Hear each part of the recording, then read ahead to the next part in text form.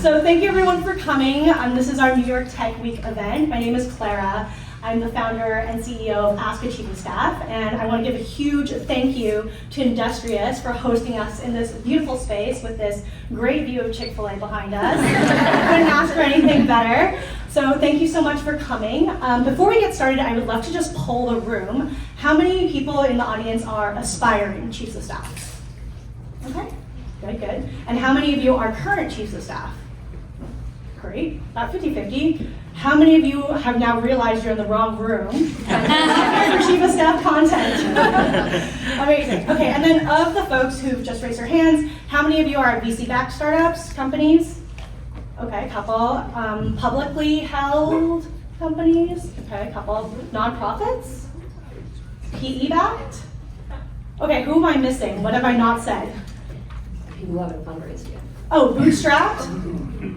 Okay, amazing. Okay, so like a big spread of different companies. So we have some amazing panelists in the room. I'm going to have them introduce themselves in just a little bit, but super excited to be talking about the chief of staff and principal dynamic today. I think often you hear from the CEOs and the principals, and you often hear from the chiefs of staff separately, but we don't often have a chance to hear from them while they're sitting next to each other. So super excited for this. Let's just go down the line. I'd love for each of you to introduce yourselves. Great. My name is Hilary Hoffman, and I'm the CEO and founder of SotoMethod, which is a fitness company, omni-channel, both digital and in-person studios. My name is Samantha Mashaal, and I'm the head of operations at SotoMethod, but I started out as chief of staff. And before that, I was actually chief of staff at another company called Thrive Global, which is Ariana Huffington's wellness employee wellness company. So not my first rodeo. Hi everyone, I'm Anna, I'm president of Industrious, and thanks for coming to our beautiful space here today. And I actually started almost 10 years ago as chief of staff at Industrious, so it's been a wild ride. And I live in Brooklyn with my 3 little boys. And hello everybody, I'm Kyoko Crawford. I am the current chief of staff at Industrious and one of the oldest members, original members of Industrious. Amazing. So we have lots of current and former chiefs of staff on this panel, so you're going to get a good glimpse into the entire career life cycle of being a chief of staff. So first, I would love to know, how long have you two been working together, each pairing, and what made you decide it was time to hire a chief of staff? Sam and I have been working together now since September of 2023, and the reason for bringing Sam on, there was a pivotal moment in the business where I was overextended and doing a good job, not a great job, at many of the different functions of the business. And I do think there's a lot of moments where there is this kismet energy that happens where when I started to look for that person who could be a generalist but also share in my vision for the company, it just so happened that I got a DM from Sam. And I had been interviewing a bunch of different individuals to fill what would be known as the chief of staff.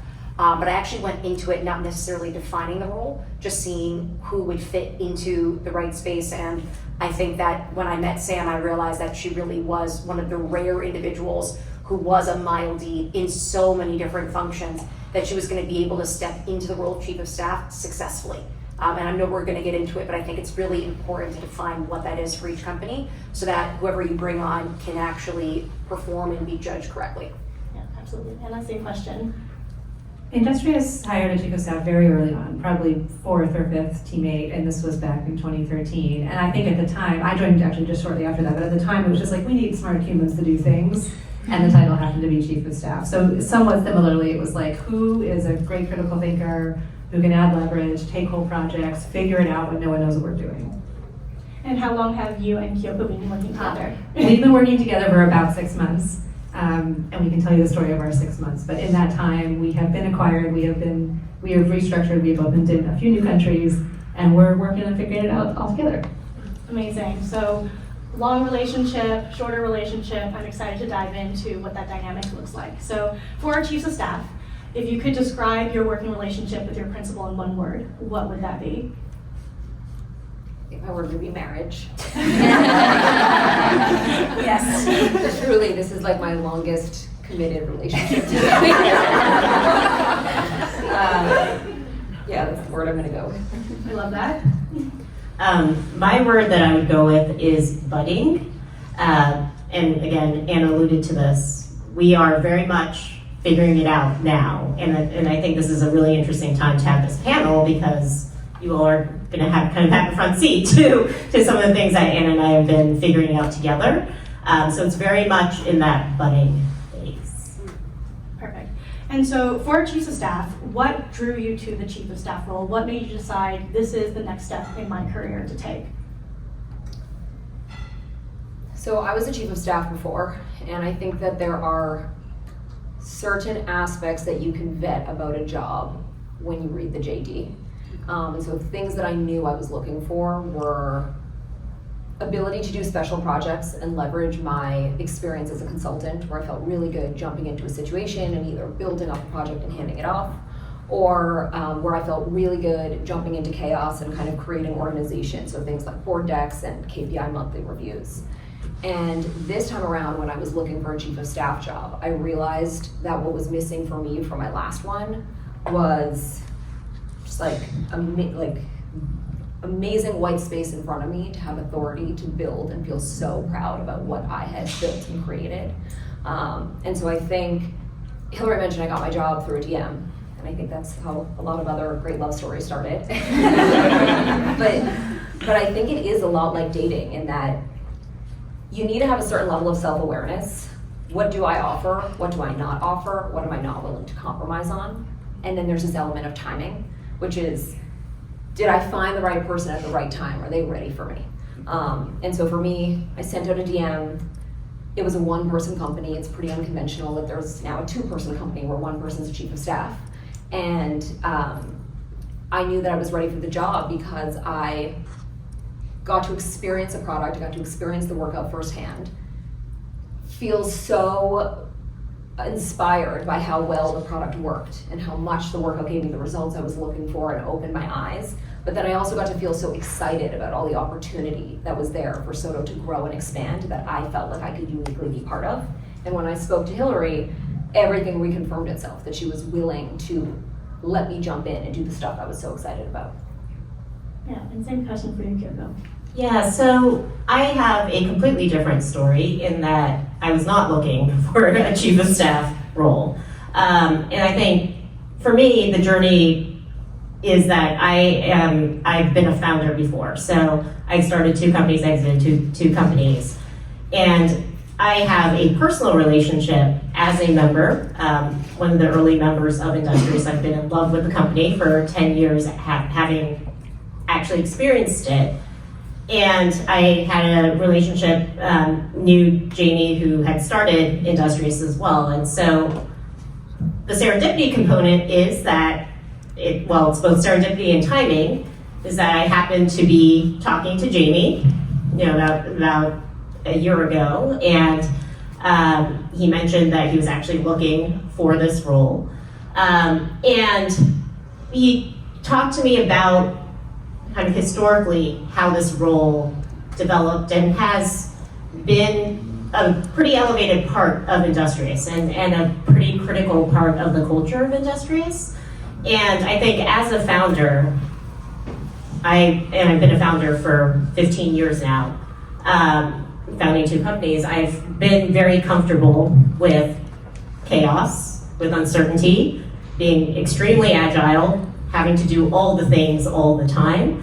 And some of the 2 critical things that I found myself spending a lot of time on as in my companies was, 1, fundraising, but the second is actually a lot around people and values, creation, culture, cultivation, being able to use just influence in the organization to drive outcomes. And I think that is so integral to the culture at Industrious. And I think this role in particular, has been rooted in that history as well. And so there's an open-endedness to it here at Industrious, and that appeals to the startup founder part of me.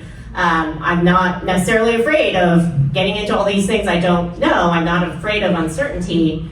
And as we can go into more detail, a lot of events have happened since I've joined, from which I can draw from my well of startup experience and just general HR management, just dealing with people and understanding them, and both from, our teammates to the members, of which I was one. All of that is kind of wrapped into this role. And so, it sounded like an interesting opportunity for me to give it a shot and be part of a company that has a product that I've loved for 10 years. That's amazing. Just a couple of common threads I'm hearing.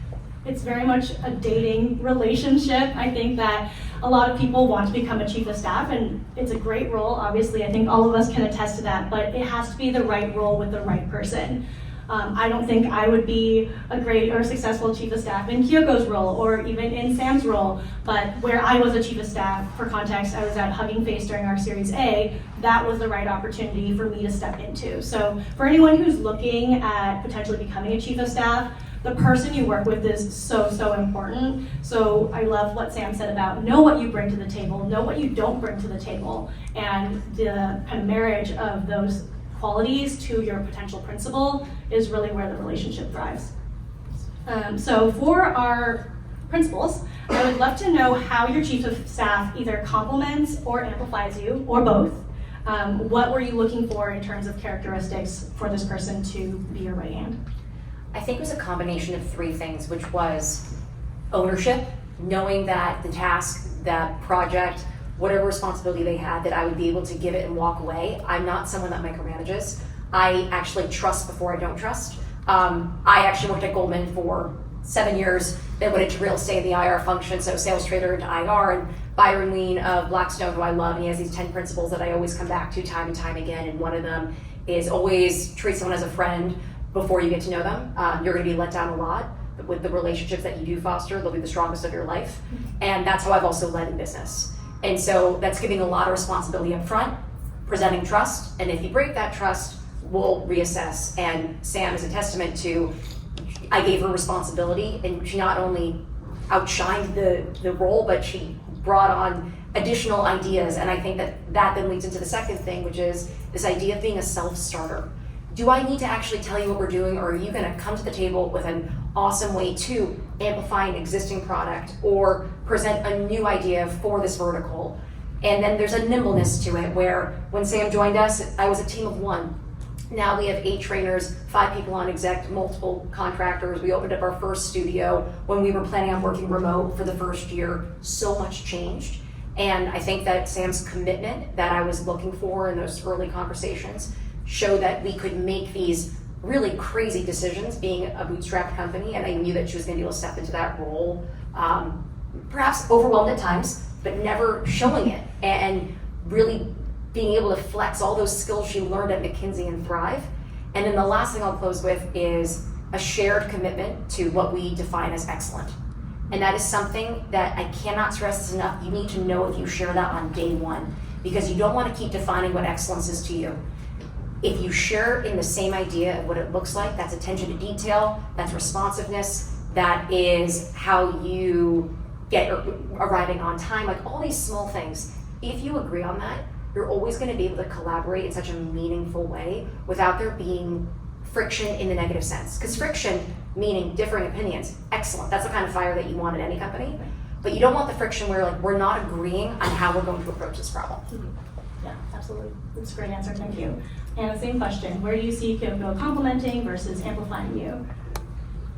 I think it's 4 things, but I will say, to build on the previous question, I think this is one of the most personal relationships in a company that exists. In a lot of other contexts, it's like we want diversity of people types, of leadership types, of thinker types. And I think in this relationship, it just has to fit. Like, I think it is like dating in that way. And that makes it really complicated, because it's not always like, hey, let me coach this person into what I wish they could be. Like, it's just too personal a relationship for that to be the case. So for me, I think there's 4 ways in which Kyoko makes me a much better version of myself.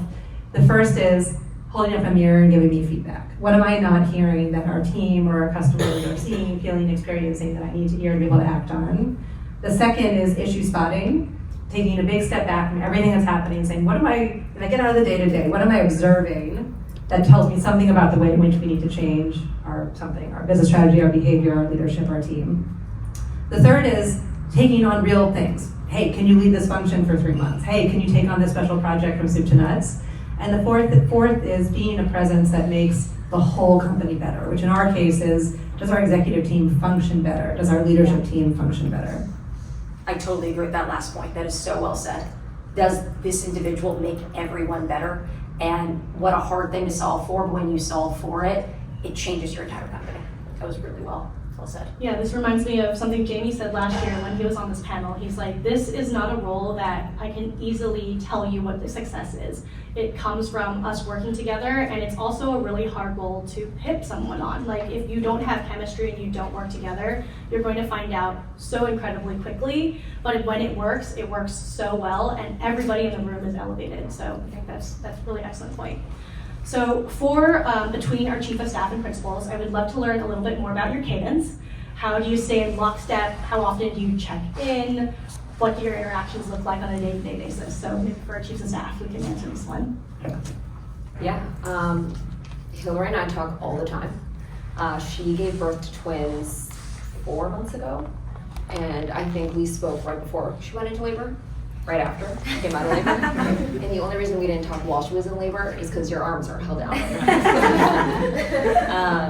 And so all the time, and I think that the style of communication changes based on how we're talking. If we're shooting a quick text, if I'm giving her a really formal email where I want to compile all my thoughts, if I'm setting up a call where I want to structure a really formal conversation. And I think one of the toughest challenge, but things that I'm most proud of us preserving is that given both of our corporate backgrounds, we both really took with us the gift of feedback, which I know you touched on. It's something that at least at McKinsey is sacred to the organization. It's what lets the right people get promoted. And it's what, it makes sure that the people at the top and the people at the bottom are having a good experience. And so I think something that we do a really intentional job of is amidst all the chaos of the texts and the calls and the upkeep, making sure that we're carving time out to check in on professional development, on salary, on new projects, on what everyone has on their plate. And so I think it's a combination of both, but you'll find that you easily fall into the constant phone calls and you really have to be intentional about carving out the check-ins. So. I think for us, well, as it happens, Anna recently gave birth to her third son as well. So it's been, on top of the acquisition, Anna had a major life event as well, and I think your husband was the last person I talked to right before you went into labor. And so that said, we've had a regular one-on-one cadence weekly that is intentionally set. And then, there are the ad hoc kind of daily Slacks or emails or calls that happen. I think with Anna, she's been on leave and is coming back, and so we've been kind of navigating what that communication cadence could look like. But I do think Anna is great at weaving in feedback during our sessions. We try to be very intentional about our time during our one-on-ones where we are committed to kind of what we're talking about and how we should talk about it. So. But again, it's a work in progress, and it's part of our budding relationship. And I think that's really interesting because Hilary was on leave too, and we probably didn't prepare for it as much as we could have. Same. And there was definitely a moment where she was out, and we had to readjust what that looked like. And so I love that you included that because I think that was definitely, there's always new waters to navigate.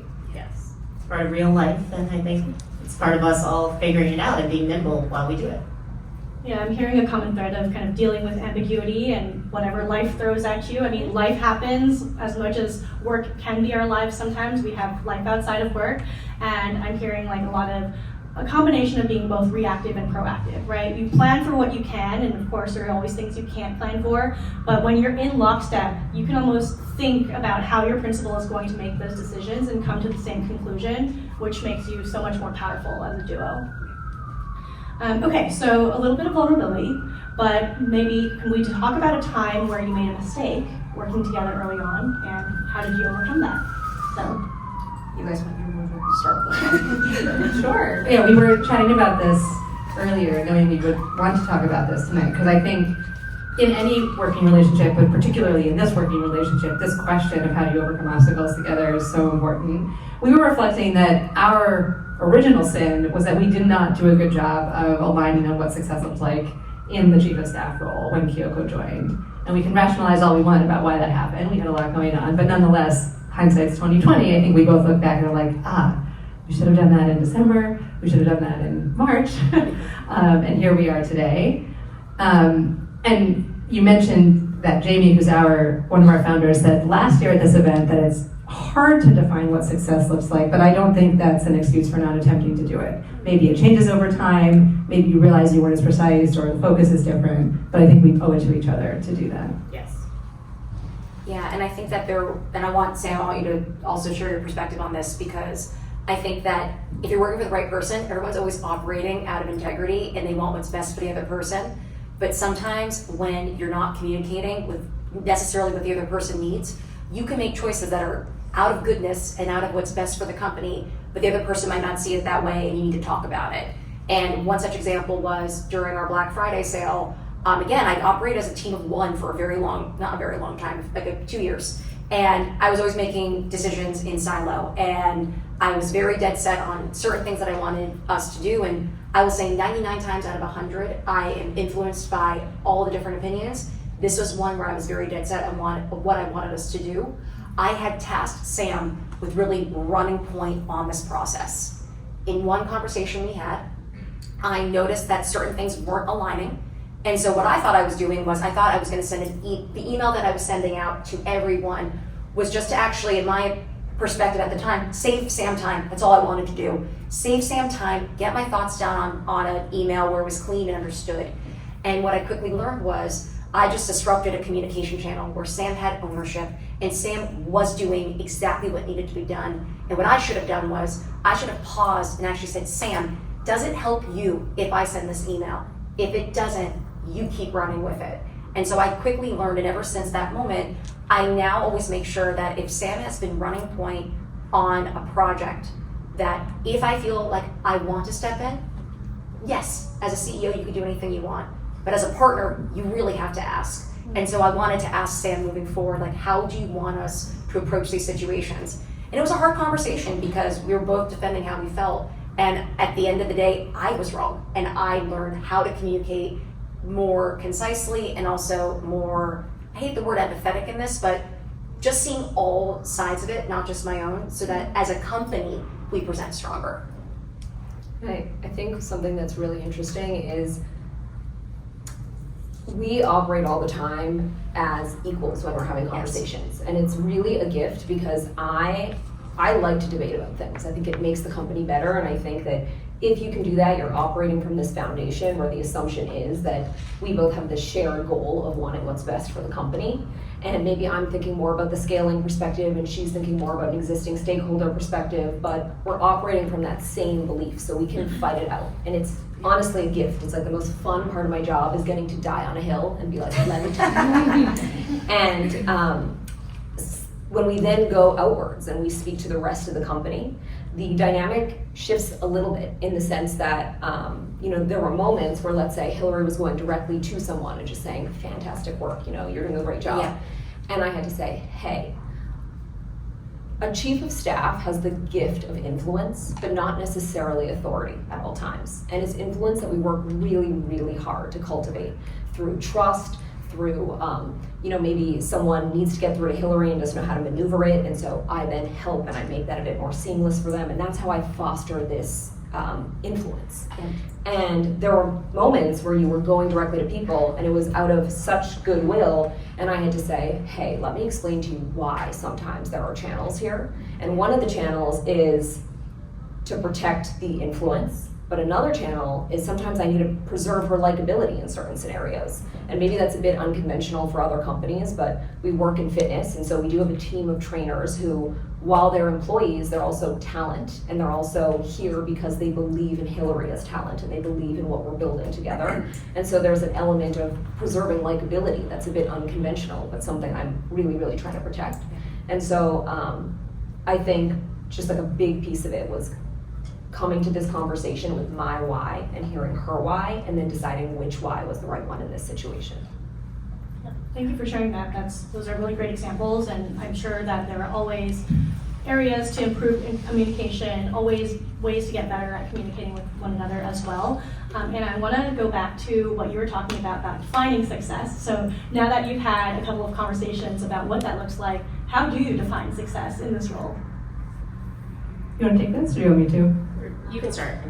Sure. I mean, we are starting to define it along the 4 dimensions I mentioned earlier in the ways that I think we're finding Kyoko superpowers marry with my weaknesses and what the organization needs. So giving me feedback in a real straight up way, issue spotting, taking on functions and projects when needed, and making our leadership groups function really effectively. Yeah, no, so I think, again, work in progress. And I think, the other dimension of this is that a lot of what I'm trying to figure out in real time with Anna is how to amplify her, both in, from like a functional leverage perspective, from a thought leadership perspective, from an influence and a leadership perspective as well. The guarding the likability is a big thing, right? And I think, we have a sizable team now with a lot of different functions, which leads to a lot of diversity in how people think, what their particular, frame of reference may be. And so being able to really be a true extension of Anna is kind of the hard work that we are doing right now. And, one of the, I think, ultimate success metrics for this role as well. Same question. So how do you two define success, and what does success look like in the chief of staff role? I think when I started, it was really different. So I mentioned I kind of made up my own job. And when you pitch yourself and you make up a job, you need to have a KPI to decide if you're doing a good job at this job you just pitch them on. And so I came in and I had a 1-pager slide, and it had 4 columns across all the aspects of the company that I felt like I could single-handedly drive value. And here's how you could check if it was working. There were KPIs associated. And that was because I knew that Hilary was a 1-person team. She had not fundraised, and so I was like a walking version of the biggest investment she was ever going to make at that point in the business. And so I had to say, okay, what's the ROI on this investment? And I do keep that screenshot on my desktop. We're doing pretty well, actually. But I think that as my job evolved and as more and more things started both coming to us as opportunities, whether it was partnerships or opportunities to expand in certain directions, and then while we internally were having this open conversation of how we wanted to grow and how the business was changing from being digital to in-person and where we should put more of our energy. I think a big piece of deciding how we're doing a good job is having like a really open line of communication on what my priority is. Because sometimes, and I'm working on 10 things at once, sometimes I think I want to get the website done at the end of the month. And then all of a sudden, it turns out that we have this huge partnership opportunity to launch a program that's going to really move the needle on our subscribers. And I basically need to say, hey, I'm dropping this. I'm pausing it, or I'm cranking it down to 25% passive work so that I can now go full steam ahead on this other thing. And so I think what I'm working on always has a KPI tied to it, but I have to do a really good job of keeping her in the loop of where I'm putting all my energy. Because where you put your energy is where you're gonna see those numbers reflect. Can I add something? I was gonna say, I think, if I reflect on my experience joining Industrious almost 10 years ago in a chief of staff role, was very much like that. Like, okay, today I have to write the Series B press release. Tomorrow I have to figure out, should we have an HR function? The next day I gotta go do sales and my target is X. I think for those of you who are chiefs of staff in a larger company or considering that role in a larger company, I think the bigger the company it is perhaps the more some of the qualitative elements of the role not overtake the quantitative ones, but just become even more important. Because in a company like ours, we're not massive. We have 700 people, 300 locations in 10 countries. There are functions for each thing. So it's rare that there isn't a functional leader who's supposed to be owning the thing, and therefore it's often on the chief of staff to own things that are truly novel or truly cross-functional. But it's also this feeling, like for me, and I think for our executive team, is my cognitive load less because Kyoko and I are working together? Am I less anxious about this thing that I know otherwise really eats at me because I know that she's got me and we're going to talk it out. You know, are we spending our meetings focused on the highest impact things, but because Kyoko set aside the time to think about what are those things? And that is a little bit less KPI driven, but I think it is very real, probably throughout, but especially as you grow and you have functional leaders who can own some of the projects that in an earlier stage company we all owned. Mm-hmm. And I know there's some people in this room who are aspiring chiefs of staff, and I think that if the first most important thing is who are you working for me at least the second most important thing was what stage is the company at, because if you're joining an early stage company, you're rolling up your sleeves and you're getting your hands dirty in a different way. And if you're joining a later stage company, you're getting the benefit of speaking to people who have done it before you, and maybe there being a bit more of clarity on what success looks like, but you're also walking into chaos. And so a lot of your job is cleaning chaos, whereas at an earlier stage company, you get to build it and decide for yourself how chaotic it should be. Just to like piggyback off of everything. Sam joined as a team of one, so for me to set really hard and true quantitative metrics for how she was going to be judged was impossible. So I kept it, to your point, very qualitative, very high level, almost esoteric. What I actually needed was someone who was going to actually help me define what those KPIs were, because I did not have them at the time. I had lofty goals of where I want to be in 10 years, but the skill set that I was missing was, if I know where I want to be in 2035, what do we have to do in this year to make that possible? And I think there's such a scale of strengths that you can have as a chief of staff. And if you're someone where that doesn't terrify you, then working at a really, really, really early, tiny company, you're gonna thrive. But if you want a little bit more structure, and you just kind of wanna have a bit more well-defined milestones that you need to reach, then maybe a later stage company is better for you. But you can be a successful chief of staff if you know where you can outperform even your own goals. And so again, it's a lofty task to tell someone I want to open in 4 new markets this year with 10 studios. It's also a lofty task to say, I don't know how many studios I want to open in the next 3 years, but I want help defining that. Yeah, I absolutely agree here. I think the chief of staff role can change so much as the company grows and scales and expands. And so when you're early stage, bootstrapped, I was at a Series A, you are defining a lot of these departments from the ground up. There has been no precedent set.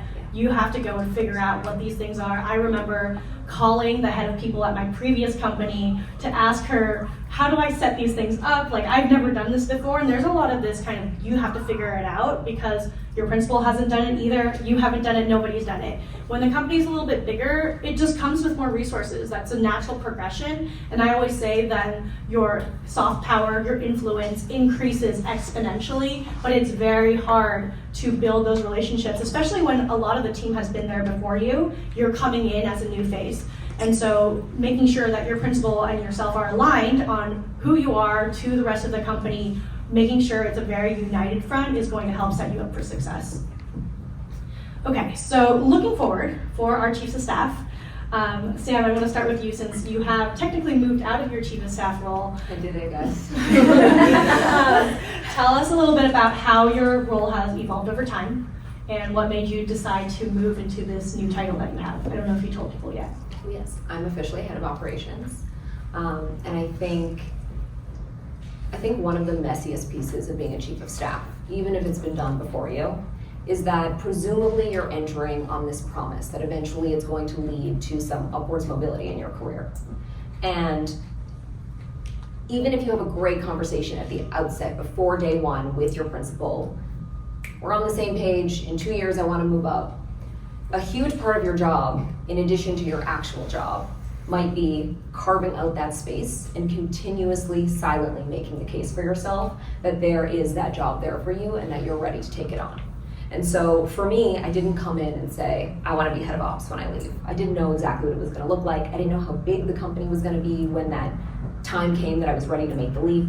I thought maybe I'd be head of digital. Maybe we'd have 10 heads at that point. I didn't know. But as I kept working through my responsibilities, I kept anchoring to things that proved my expertise in operations and that proved my ability to drive value in operations. And so when the time came, I had a case study that presented itself, and I could just say, hey, I think it's time for me to move out into my own role and I was very lucky that we were very much on the same page about that timing, and it coincided really gracefully with Hilary's time when she stepped away after giving birth. And what shifted for my job was two things. And one thing is really hard to do and is 50% there just because of how we work together. One thing is I had to kind of detach from some of my chief of staff responsibilities, which is hard because it's a relationship. And so the way we relate to each other is very subconscious and intertwined. But trying to make an effort to say, okay, this is my lane, this is your lane. I might want to talk to you about it, but I have to do a good job of saying, this is my lane now. And the other piece was really taking a look at the org chart and at the different projects and at the different people and getting really, really clear on how me moving outside of Hilary in the org chart would shift responsibilities and projects. Yeah, Anna, I would love to know your experience since you were a chief of staff at Industrious, and then when did you know it was time for you to move on to your next thing, and how did that now career transition to you becoming the president of Industrious? I will say I'm not a planner. I have no life plan. If you ask me what I'm going to be doing 10 years from now, I have no idea. I don't know what country I'll be living in. I don't know what I'll be caring about. So I'm about to tell the story, but please do not mistake the story looking backwards for any kind of foresight looking forwards. I joined Industrious after having lived in a combination of Nigeria, South Africa, and Kenya for many years prior, working in public health, having started my own foundation, and then after that started a political consulting firm here in the US, which was a total crash and burn. So kind of like entrepreneurial stuff before this, and then joined Industrious. I didn't know what Industrious did. I really didn't even care. I just loved the 8 or 9 or 10 teammates at the time, and I could walk to work, which having commuted to Nigeria felt amazing. So when I joined, I was like, I don't know, these people seem smart and kind and very low ego and goofy, and let's do this. And it was an everything role. A few months in, we closed our Series B, we started to grow, we were like, oh shit, we know how to launch 1 location at a time. We don't know how to launch 8 locations at a time in, at that time, cities all across the US. We just literally didn't have that function. And so one of our teammates was like, hey, can you kind of, figure that out? And that became a team. So then I was running what we called at that time our launch team. And then all of a sudden we had, 20, 30 Industrious locations across the US. We were like, oh, we need an ops infrastructure. And I was already overseeing what was there of the ops infrastructure. So then I was like, okay, can you take on kind of running these locations? And it basically escalated from there over time. We added sales and marketing, we added our tech team, and now it's the whole thing. So I think it was a little bit less planful, Sam, than you're describing. It was more just like, what does the company need? And despite my deepest imposter syndrome fears, do I and the people around me think that I have a shot at being able to succeed at the thing? There have been various moments at Industrious where I've tried to give away things, or have given away things. Like I think it's also just less relevant to the chief of staff conversation, but I personally don't feel like amassing teams, a portfolio, a level is kind of what it's all about for me. And in fact, I was just saying to Kyoko earlier today, like maybe I want to go back to being a chief of staff someday. Like I was an amazing role. To be able to be a thought partner to the person running the show without being the person running the show. So I would submit that to you for consideration. But that was my path, and here we are. Yeah, so I do think it does come back to the stage of the company question. That heavily influences obviously where, what types of roles and people you play as a chief of staff. And it is funny that we laughed a little bit about this. I will say right now, as I'm pretty new into this, I haven't done this even for a year, it is an amazing entry point into a company, especially one of Industrious's maturity. You get to see everything from a very, very privileged seat at some level because, again, you are privy to kind of the entire infrastructure. And you get to have this advisory capacity to the ultimate leader of the organization and the freedom to not really have any kind of direct P&L ownership. And so it's a really unique, aperture into the company that I think is, it's not necessarily just a starting point onto the next thing. It doesn't have to be, to Anna's point. I think it is a little bit different because of the stage we're in, where it is more reliant on seeing kind of where the cross-functional, we have strong functional leaders, as she mentioned, across the org, but now the cross-functional initiatives and projects have higher stakes, and there are bigger tensions, or there are friction points, and there are massive opportunities to capture with those. And so being able to see that at this level is a really interesting view as well. Like, I learn a lot from that. It's already evolved a lot since I've started because of all the things that have happened with the company, and it'll continue to evolve. I think the scale of the questions that Anna and I talk about, the ELT, the executive leadership team talks about, have shifted as well. Because again, scale of opportunities, scale of challenges have amplified. And so remains to be seen. I think it certainly has evolved. It doesn't always have to lead to functional leadership. Having been a founder before, it's kind of an interesting, I have an interesting take on that right now. Yeah, I appreciate that, and I know you're still only 6 months in, so who knows what the future will hold for your role. Okay, so down the line, I would love to hear a piece of advice you would give to either our aspiring or current chiefs of staff. If there was one thing you could have told yourself day one on the job, what would it have been? We can start with Kyoko and come down this way. The one thing that I would have told myself,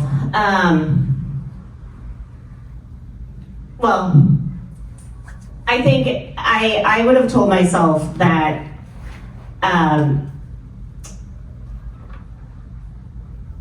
I would have liked to know what success is. I think it's ultimately, I guess I had a kind of conversation with Jamie about how he thought about the role. It was a fluid definition. I think, as we're seeing, there are very many flavors of chief of staff. I think it's been amplified for me because we've had so many things happen with the acquisition, with Anna's leave, with a lot of leadership, changes and updates.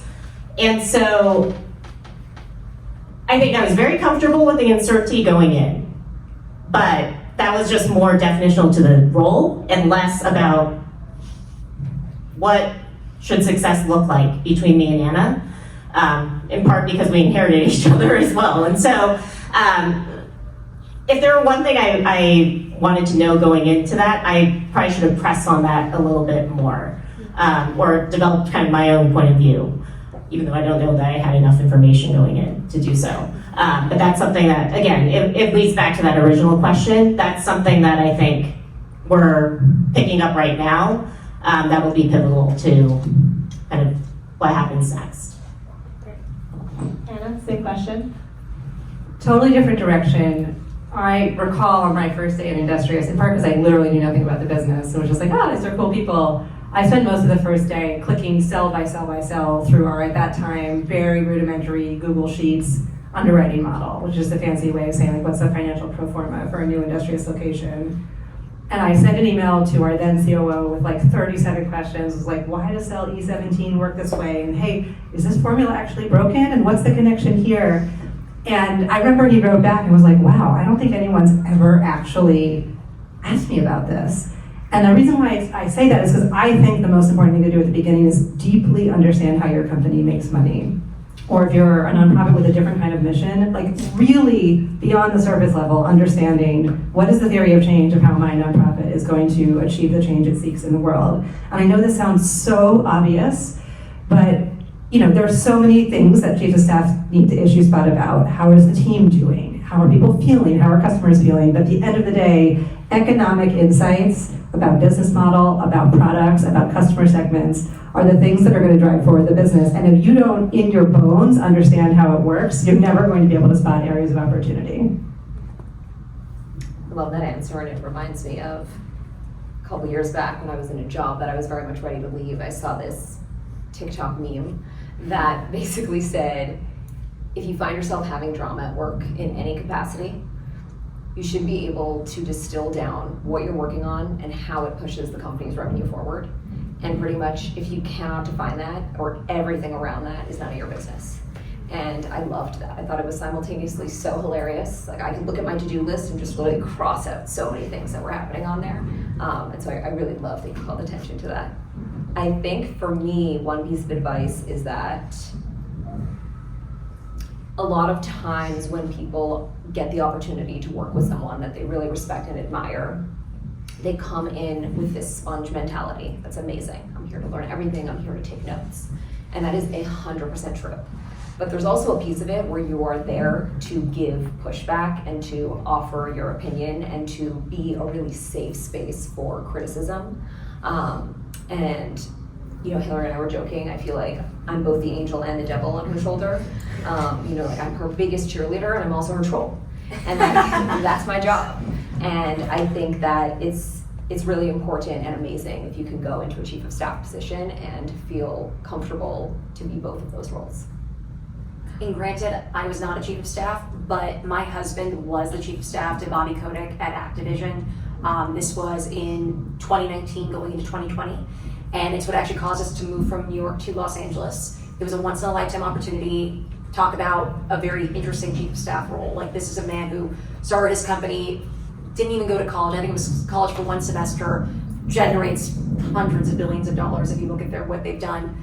And the piece of advice that I wanted to give myself was just show appreciation as much as you possibly can. The amount of work that a chief of staff does is one of those moments where it's not necessarily always credited back, especially when you have a public-facing company. And one thing that I witnessed through my husband was how much he did. And granted, there were times where he was praised and there was times where there wasn't that moment, and he didn't care, but as anyone's partner in life, you're gonna wanna champion them and you're gonna be a little pissed when that doesn't happen.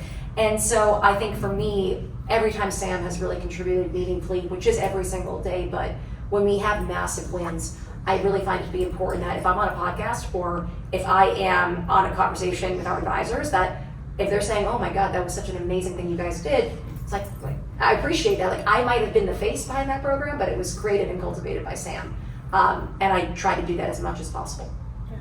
Well, I appreciate you drawing attention to the behind the scenes work that chiefs of staff do. So I'm going to say, give a round of applause for our panelists. I'd love to take some questions from the audience. Yes, right here. First of all, what a powerhouse duos. I love seeing how in sync each couple is. It's so today is my second day as a chief of staff at a post-Series A robotics startup based in Boston. But I've been in an advisory role for them on fundraising side for the last couple of years. So I've been doing the challenging of, challenger of the CEO, but also a cheerleader. My question is, when I accepted this role, I viewed myself as a second CEO because I'm doing also a lot of external facing stuff, like I pitched the company last night at an elevator pitch event, things like that. When does the CEO end and when does the chief of staff role begin is kind of what I'm trying to figure out. I think that as a CEO, you really have to know your strengths and weaknesses and where you want it to end with you and where you want it to extend beyond you. I know one thing with Soto is our brand voice is integral to the company and I'm very protective of it. So that's one place where when I think about where I begin and Sam begins, that's something that I always want to end with me. I want the final take. It's something that's very precious to me. I'm not just saying this, pretty much everything else could be Sam at this point. That was trust that had been built over time, but we're at the point now, and even with copy, I could trust Sam with anything that we're doing with it.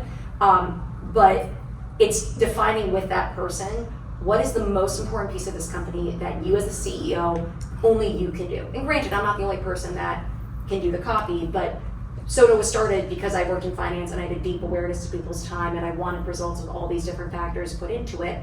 And so I feel protective over that and keeping that sense of awareness as we scale.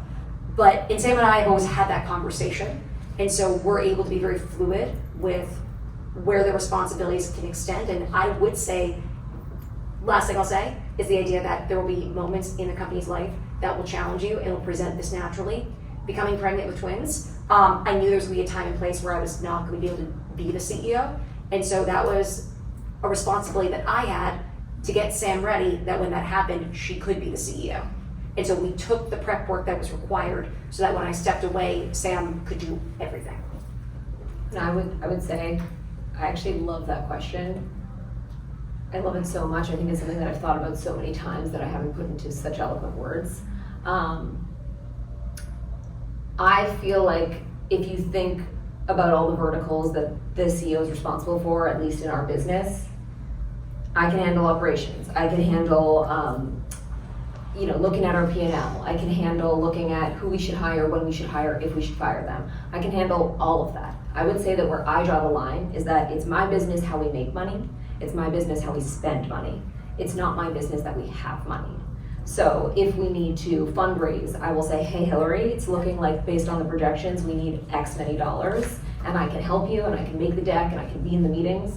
But that's where I draw that line. And that's where, in terms of like our business, like we are so tiny where we're at that we're actually just having that conversation. So your question is so perfectly timed where for the first time, like this summer, it's gonna really lean on me to start that fundraising process. I think another way to look at it would be that it's less about activities and more about decision rates. Even very early on when we were small, we said, for different reasons, but hey, our CEO makes the following decisions. If we're spending more than X dollars, if we're reallocating resources, if we're majorly changing our strategy, which is very independent of who's talking about that publicly, who's pitching this, who's running this project. Mentioned, like apparently some of the chief of staff roles are not necessarily formally posted, and it's more about the moment, about the right person. So what should the strategy be for us aspiring chief of staffs, like how to reach out to people, which people to target, and how to create these opportunities for us and identify them? I don't have a clear, great answer for you. I think it is recognizing that it is a very personal position. I think a common thread here is that you need to build that trust, you need to have that personal connection. I did read a study somewhere about how kind of second or third degree friendships actually lead to very strong career connections. It's not your best friend, but a couple friend degrees removed. So that just speaks to cultivating your network, because ultimately it is about those personal connections, that connectivity that you feel with that you can't necessarily predict or plan, which is what makes this hard, but this is also what makes this position so unique and so tailored to a particular phase in a company's life, a particular, president, CEO that you're working with. All of those factors make it very difficult to just pinpoint strategically how to do this. I obviously fell into it, but it is through a cultivated personal connection. So just another call out that networking is super important, and you never know what conversation may lead to something tomorrow or 3 or 5 years down the line.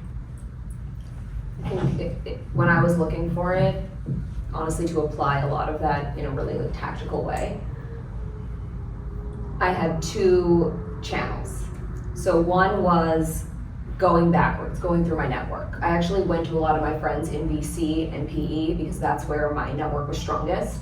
And I said, do you have any portfolio companies? Here's my resume, circulate it as much as possible. I didn't know exactly what I was getting into with those conversations, but I figured that was a good top of the funnel to start with. And then on the other hand, I started going, bottom of the funnel, direct to the people, DMing, LinkedIn messaging, and I would just try to attack from as many angles as I could, honestly. So if there was an ex-chief of staff there, or someone else at the company that looked like they might be able to help me, an EA to the CEO, I would target them too. And with that route, I was really going for people that inspired me. Maybe I heard them on a podcast, maybe I had experienced their product, and that was like a way more personal connection, but it was also a way bigger shot in the dark. And when I would get on that call, there were a lot of times where I got on the call and I realized it wasn't going to be a match. Not because the person wasn't willing to create the job, but because my skills were not well positioned or what they were looking for wasn't what I wanted to do. And so that one was a little bit messier, but also a little bit more fun and inspiring and creative. Yeah, and I would just say trust your intuition, because if there's a company that is young and you're thinking, oh, maybe they're hiring their chief of staff based on where they're at with their growth, chances are probably high that they might be looking for something, or you might spark that idea. I never posted a formal chief of staff JD. I happened to get 10 emails in the exact same week. And I thought that was the most wonderful affirmation. It was the right time to hire, and I'm not exaggerating. And so when I met Sam, it was at this point where I was having a lot of conversations, and it really allowed me to step into this next role as a CEO, having to manage someone else, with the idea that not only did I think it was the right time, but others thought it was the right time. So if you see the company that you want to work for, and you're sensing that they might need you, reach out. I'm an aspiring chief of staff. I'm actually curious if you guys can reflect on your experiences of when you've entered into the chief of staff role, maybe at a point of growth or chaos, and how you were able to leverage the influence. Like, you have the hard skills of like the process and organizing and being operations focused, but then being new to the company, like how do you show that influence and kind of manage the people in that way? I think task number one when you join, really in any role, it doesn't only have to be the chief of staff role, is just like start adding value. Like, do things that fix problems that other people have, even if they're small, get them out the door, ship them. Because what you want for your own success is to have an impact, and what people around you want is for you to either make their lives easier or improve what the company is doing or make them look good. And any of those things require actually doing things. So you need to listen. You need to meet people. You need to go for coffee and build relationships, but the sooner you can be like, you have a problem I think I can help you with, bam, that's how you get in the door. Yeah, I was starting at a one-person company, so it was a little bit different. But the first thing I did was I got on the phone with every person who was a formal or informal advisor to Soto. I got to know them, I told them about me, I listened about them, and I ended the call by saying, like, when should I bring you in? What's your skill that when I need help, you're the person I'm gonna call on? And the other thing I did was, exactly to your point about having a quick win, I redesigned the user experience navigating the app. I came in and I said, as a frustrated user who loves the product but didn't know how to find the exact classes I wanted, this is the logic behind how I think it should be organized. We talked it through, we planned it out, and then within 2 weeks it was live. So quick wins, I think, are really rewarding. Yeah, and I did have the benefit of more of a onboarding process given the stage that we're in, which did include a carefully curated group of people that I should meet first in this company of 700, which did help. Also circumstantially in terms of quick wins and just immediate impact. I mean, we were undergoing an acquisition at the time as well, and there was a multi-layered, multi-tiered communications plan that had to go out to investors, to shareholders, to alumni, to current teammates, to leaders, and they had to all be sequenced and everything. That was a crash course in meeting a lot of people in a very compressed amount of time. But then one of the things that I've always relied on throughout my career has been in developing relationships and getting to know people. And so I had that kind of pressure cooker version of it that I could then follow up on, which helped unearth some of the other opportunities that we're currently working on to iron out processes and better manage kind of cross-functional initiatives. And that requires buy-in from people, right? People who have been doing things and leading their functions the way they have been historically. And so that's when you kind of can start to cash in some of that social capital that you should always be building as from day one of a job. And I love that you both touched on how it's like a marriage and a couple situation, because it definitely feels like that. And Sam, specifically, you touched on how it feels sometimes like you play the devil and the angel, and I think that is so true. I guess my question is, how do you as chief of staff and prior in those roles navigate the challenging and difficult conversations with your principals, whether there's chaos in the business, and is there something that your principal does or has done that feels like that door is open or that helps facilitate those conversations?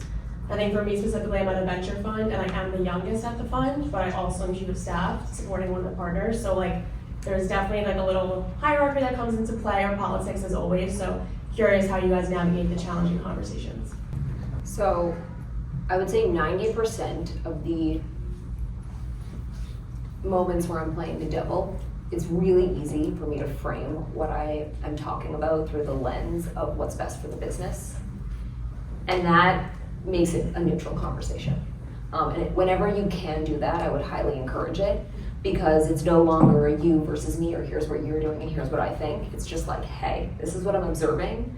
My hypothesis is that this is gonna end this way and it's gonna be good for this reason. Let's talk about it. There's definitely 5 to 10% where it's personal, and those are totally harder to have. I will give Hilary a lot of credit that she is incredible and extremely receptive to feedback. And so if anything, it's more about me working up the courage to have the conversation, and 10 out of 10 times once I've had it, it's a weight off my shoulders, and it was honestly a breeze to have, because she was just like, oh great, yeah, totally see that. Went right over my head, but thanks for bringing it up.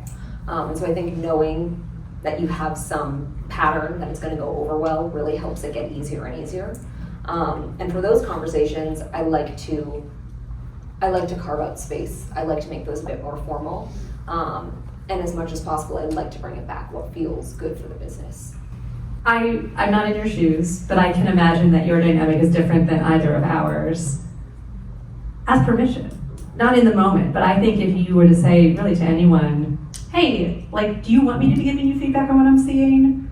Do you want me to tell you what the team is saying? Like, almost no leader is gonna say no. If they do, then that's generally what they don't want, and then you gotta figure out if that's the role you want. But then the door's open. Like, then it's on them for how they react, and you have to just be like, all right, yeah, that's part of my job, here we go. We're all human. Like, some things feel very personal and some things don't, but I think that can create space for you. Yeah, and I'll just add on to that, asking your principal how they like to receive feedback is super key here. I've had managers who like written feedback. I've had ones who are like, just give it to me straight, or carve out the time on my calendar and talk to me about it. So knowing what channels resonate the most with your principal, and also knowing what channels are good for you as well, is gonna really help you there. So that brings us to the end of our panel, but thank you all for coming. Hope to see you.